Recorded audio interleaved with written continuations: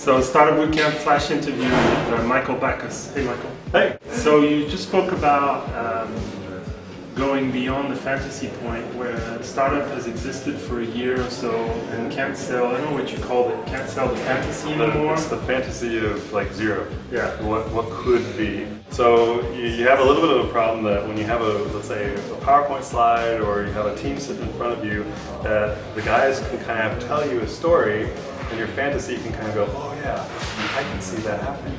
The problem is once you actually start getting data, then everyone goes, well now you've got data, how come you don't have 1 million users yet? Or how come you don't have 1 million? So how do you deal with that if you're a startup? Positive is that you're making a data-driven decision.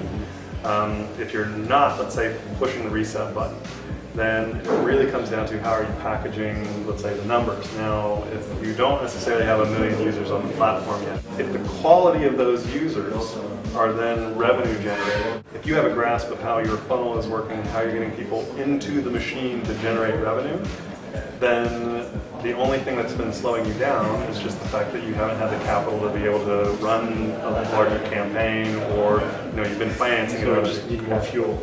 Yeah, you need more fuel. And pour some money in the top, money comes out the bottom. So one of the things we do is have the teams pitch to everybody who comes in. What are some of the patterns you see in elevator pitches and major pitfalls? Every situation is different, so kind of, let's say, fitting the elevator pitch onto who it is that you're talking to. Are you able to close off enough of the, let's say, important questions so the person standing across from you doesn't use their fantasy to then start placing other things in there for you? Yeah.